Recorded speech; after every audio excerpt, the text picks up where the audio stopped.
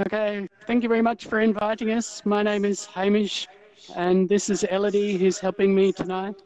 Hello. I'm sure you know Peck and Froxius, who's about to be the most famous president of the Czech Republic, in my opinion. Now, you probably expected me to turn up in some cheesy outfit like this. So I thought I wouldn't disappoint you by wearing an Australian, what is it called? A koala bear. Koala. This is, but I don't think we really need a koala bear for the whole show, so let's get rid of that. And let me start by explaining that, yes, we are from Sydney. I noticed yesterday, using this globe of the Earth, that Sydney is basically as far away from the Czech Republic as it is possible to get, except for New Zealand. So we are now speaking from almost directly the opposite side of the Earth from you. And the lab that we're standing in at the moment looks a bit like this. If I set this model of the lab for you to see, Elodie and I are both standing at the moment in this particular room. And as you can see, we've been very spoilt with a large facility full of motion bases and simulators. But all of the additional toys that we have in our laboratory has suddenly become less exciting ever since Froxius built the metaverse. We've basically left all of these other devices covered in dust. We spend all of our time standing right here in this room in NEOS, trying to learn as much as the wizards know about the environment and how to make avatars. So today I thought we'd tell you a little bit about what we do with avatars. I noticed the other day when I opened my inventory in preparation for this talk, I should be able to make it visible to you, I probably have the most boring avatar inventory of anybody in the world, I suspect. If I show you my generic avatars, you can see it's just full of the most simple robot avatar wearing various kinds of uniforms. So we have a guy, a policeman, and we have a paramedic for the Royal Flying Service, and we have a workman on the railway lines, and we have a generic soldier, and we have basically a whole lot of really boring looking avatars that we used as temporary representations of the realistic avatars that we hope to ultimately implement. When I'm saying realistic avatars, basically what I'm referring to is very boring looking avatars like these. Basically normal looking men and women wearing normal looking clothes in normal looking hats. And you know, this is all a little bit strange for the metaverse, because I guess you've all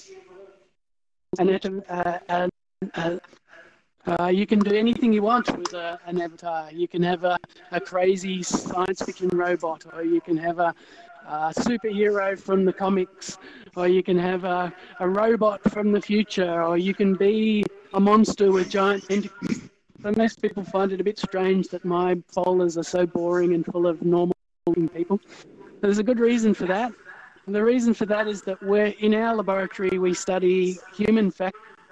So human factors research is about considering the role of the human being in a broader context. So a classic example of that would be the pilot in an aircraft. So if you're going to design a good aircraft, you really need to think about the strengths and the weaknesses of the human being that's planning to fly that aircraft. You need to know how long they can fly before they become fatigued, and how good they are at perceiving the instruments, and whether they're going to have any perceptual illusions. If you don't factor in the human in the broader system like an aircraft, you end up having a bad aircraft, and a bad aircraft is a bad day for everybody. So our research is about human factors, and for human factors, we're often trying to recreate scenes as normal as possible. So instead of an amazing science fiction sky, we tend to have a blue sky with clouds and a real building and normal looking avatars, and we force everyone to walk on the ground instead of fly through the air. And the idea is we're trying to recreate situations and environments that people normally encounter, but in a virtual environment context. in so much as that gives us control over the environment, and we can recreate real situations in a safe manner, in an affordable manner, and in a highly controllable manner. We can basically do anything with the environment in virtual reality. So you might wonder, why bother recreating a model of the lab when you have a real lab? The idea is, in this lab, we can do crazy things like we can set the lab on fire, and we can then try and fight the fire. It would be a bad idea to set fire to our real lab. So let me just delete that. So we brought a couple of examples of the kinds of avatar that we build. The first one I thought I'd open back, anatomy avatars, is an avatar that has a functional semicircular canal system, or a functional vestibular system. Let me first explain what a vestibular system is. I think some of you have probably seen this model, which is in one of Froxius's worlds, which shows the function of the vestibular labyrinth. So inside your inner ear, here's your ear. If you were to fly inside your auditory canal, past the eardrum and the stapes, and next to the cochlea is the organ that we're interested in our laboratory. This is the vestibular end organ. You can see this lives deep inside your brain, and every time your head moves, this system is responsible for responding to the inertial cues that your brain needs to keep yourself balanced, to keep your eyes stabilized, and to provide spatial cues for your locomotion. One of the first avatars we made with the help of Froxius and Outsider was this one with functional semicircular canals. So if I can ask Elodie to jump into that. All right, and fly down a bit so we can see you. So the idea here is that Elodie's canals are lighting up in response to her head movements in a way that represents activation and inhibition of the firing rate of nerves inside those semicircular canals. So you can see when she turns her head slowly horizontally in one direction, one canal becomes activated and the other canal becomes inhibited. When she turns her head up and down vertically, gently, you'll see that a different pattern of canal activation occurs. You get activation of 4 canals and then inhibition of 4 canals in the opposite direction. Now, this kind of application of an avatar was fun for us because it's been notoriously difficult to explain this particular response pattern and the complicated geometry that these canals are arranged in. But with an avatar, anybody can look in the mirror, they can wear their own vestibular end organ, move their head around and understand, aha, I see that when I move left, that's activation of my left semicircular canal. When I move right, it's activation of my right semicircular canal. So we got very excited about this kind of application of avatars. And in a moment, we'll show you another example that tries to teach anatomy. But first of all, I thought while we're still here in the lobby, it might be worth talking about a second application that we use for virtual reality avatars, and that's a training application. So I'm going to open this additional model. Let me get rid of my controls. So this one, if I turn all the buttons off. So this avatar is supposed to be looking like a young child, an adolescent child, and as you can see from the way it's moving, it's having trouble and difficulties breathing. So for this particular scenario, we rushed this child in an ambulance as quickly as possible to the hospital, and a bunch of nurses gathered around and they attempted to resuscitate this child, which is currently unconscious and unable to breathe. Part of the reason we thought this was a nice application is because it's obviously emotional to see a baby that in this particular condition, and it made for a very immersive experience for the nurses that were attempting to save this child, because we could see it basically suffering. But the other thing that was great about it is that we could map onto this child a whole lot of useful training cues. So first of all, when we arrived at the ambulance, the child arrived fully clothed. with boots and a shirt, still struggling to breathe. And the first thing we did was switch off those clothes so that we could work on resuscitation. And I basically learned that the things that needed to be done quickly in order to save the life of this child were DC, we had to get pads on for a DC defibrillator. So these cues now are telling us where those pads need to go. And now if we successfully place them, the cues turn green. The second thing we needed was someone needed to do resuscitation by compressing the child's chest. So this second cue is showing you where to push and at what speed you need to push to keep this child's heart going. And when the nurse was doing that successfully, they got the cue changed to green, which means they were succeeding to press at the right rate and in the right place. The third nurse was then dealing with drugs, and so she was told that she needed to get a catheter into the child's arm in this particular position so that we could deliver drugs. To get the child's heart going again. And when this nurse succeeded in placing the catheter, that also turned green. And the last thing we needed to do was get a breathing tube into the child's esophagus to open up the breathing tube. So this was where that needed to go. And again, when the nurse succeeded, it turned green. So this is, we thought, was another neat application, because basically this avatar teaches the training nurses where all of the basic interventions need to go and at what speed and how to achieve a successful resuscitation. And yet this is all just part of the avatar. You know, it goes with the avatar. Wherever we take it, it contains all of these additional cues on resuscitating a baby. So we thought that was a fun one. And then we've got a few worlds ready with some other examples. If we want to join in a different world, is that okay? Okay. Of course. Yeah. So Elodie's prepared a few examples. I think I want to do anatomy next. If we could go there. We're here. I can change to fly now. I'm in the anatomy theatre. So is Froxius and so is Beck. Welcome to the 17th century anatomy theatre. If you fly through the mirror with me. So here in this particular world, we made a model of a 17th century anatomy theatre.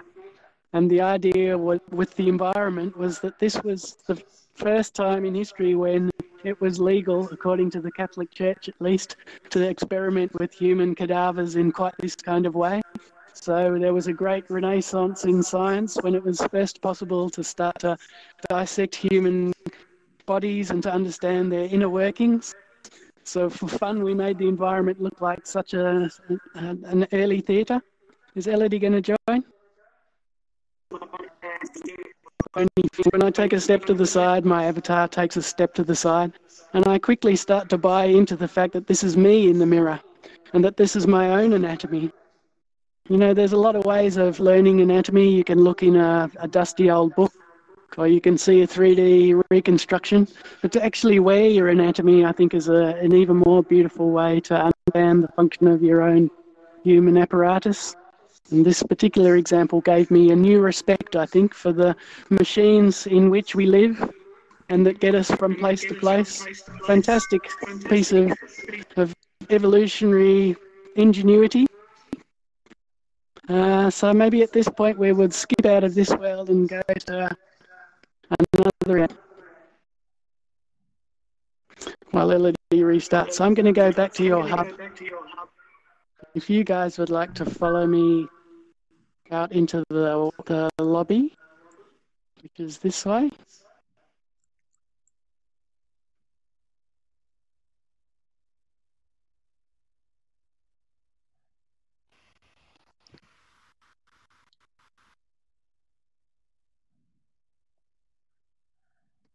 So come with me when you're loaded. Oh, yeah, there they are. So do you see what's going on inside this room? Is it loaded for you? Okay, great. I can see on your camera we're just waiting another minute for these two avatars. So here's another example of an environment. You might wonder, why on earth would you rebuild a hospital with such gruesome detail. You know, there's rubbish in the rubbish bin, and there's drugs on tables outside, and there's posters on the wall and light switches and all of the things you might normally expect in a hospital. It's because we hope that the participants in this particular training environment will buy into the fact that this is a hospital and will behave as if they were in a hospital, and will learn skills that translate effectively when they get to a real hospital. So this example is about donning and doffing PPE equipment, and that stands for personal protective equipment. And the reason is that this is the type of hospital that deals with really nasty infectious diseases. So in the next room, we have a patient that has something really, really contagious like Ebola. And when you have someone infected with Ebola, you need very, very complicated procedures in order to get your medical personnel in and out of the ward in which they're being looked after and back into the world again. Otherwise, you bring Ebola into the general community, and obviously that would be a very bad day at the office as well. So what's going on here is that in order for someone to come out of the infection area, they need to take off all of this protective equipment. So this is a nurse dressed up in multiple layers of PPE. And if I jump into this, I'm going to try and jump into this avatar. Hopefully it will work. And it does. Okay, good. So now I'm the person wearing PPE. So straight away I can explain to you that the first thing I realised, it's quite difficult to see when you're wearing PPE because I'm literally looking through this mask and my vision is degraded. So I have a sort of murky and foggy version of the world. It's fogged up a little bit and I don't see as well as I would in real life. And, you know, that's kind of a lot like the real thing. Wearing PPE would involve poor vision such as this. And the other thing I notice is I'm wearing complicated gloves. I feel a bit like I've got layer upon layer of stuff, and that's because I do have layer upon layer. So the process that we were teaching students about removing this much PPE in a way that is unlikely to contaminate both the medical professional and other people in the world involves me going and standing on this special mat. And then I need to shoot that to get rid of my mat. And then I would ask Proxius to stand on the observer's mat, which is just in front of me, and no closer than that, and not to touch me while I remove all of this equipment, which is potentially contaminated.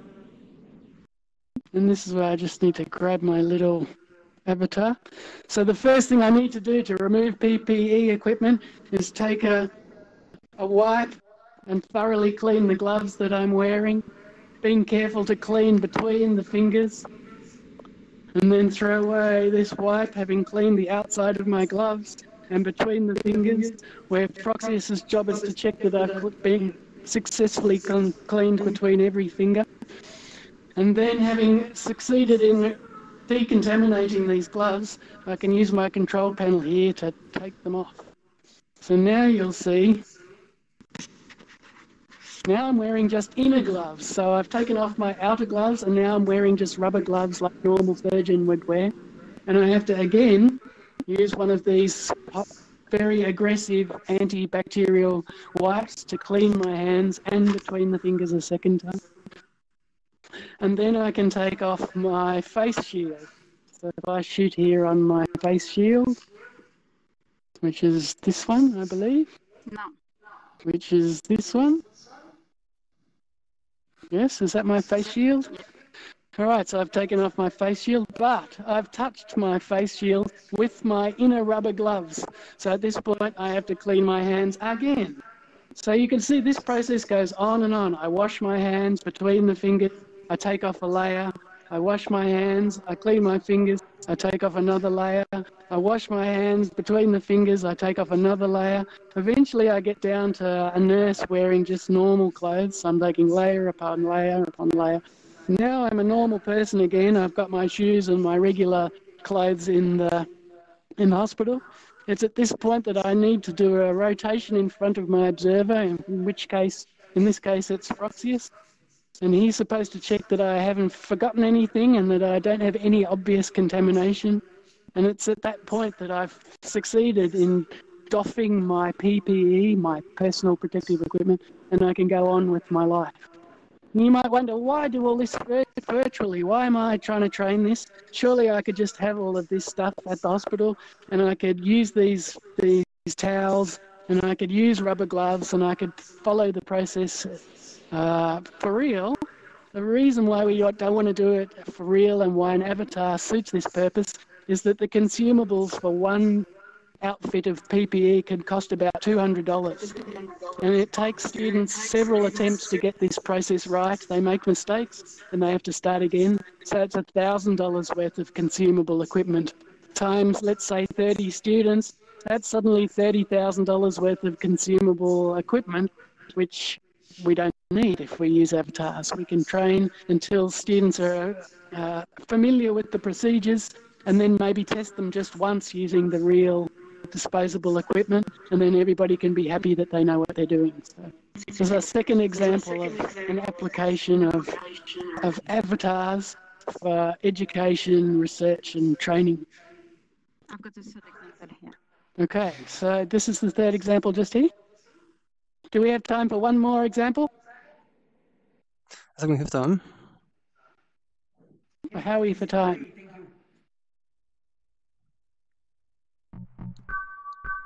Maybe that's enough. I think you're getting a flavour for the kind of application we use and why we're so excited about the Froxius's metaverse here.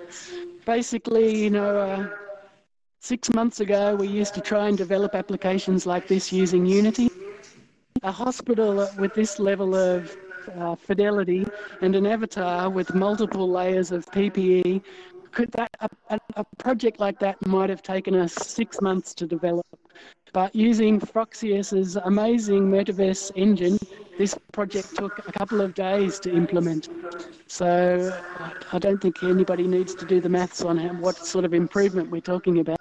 I think the metaverse allows us to develop research, education and training applications at least 20 times faster than Unity, and it makes it possible for us to do it ourselves, mere mortals with no computer programming background and no degrees in IT or modelling or games design. We're just psychologists, but Froxius's engine allows us to do these kinds of applications in about 20 times faster than I would guess it would take us trying to use Unity.